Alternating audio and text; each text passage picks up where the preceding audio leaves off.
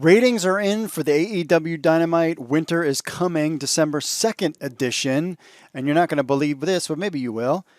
The ratings were released late Friday, and according to a report by Showbuzz Daily, AEW finished second overall for the night. They were basically tied with ESPN college basketball. They each had a 0.42, but I'm sure there's some other numbers in between that, point whatever, fraction of whatever. But they came in second overall for the night. Dynamite drew 913,000 viewers. 913, almost at that million, way up from last week's 712,000 viewers. They finished seventh overall last week.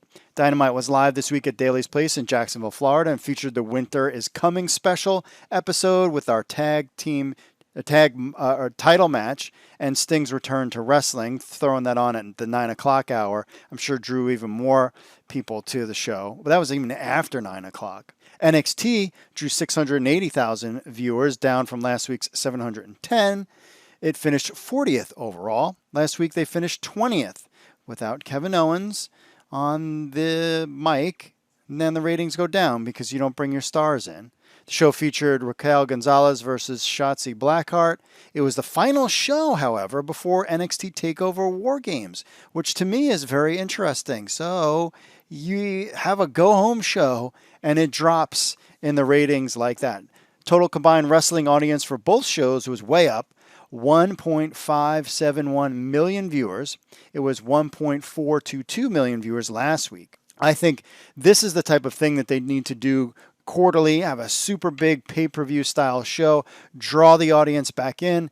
Really, the telltale sign is the impact of Sting and the impact of this show brings to next week's ratings. Can they keep that 900,000? Will that be at 800,000? Will they drop back down to 700,000, even though it's taped? Anyway, based on the ratings, news programming only took 6 of the top 15 spots. So finally, that seems to be weighing down. CNN taking 4 of them, Fox News with the other 2.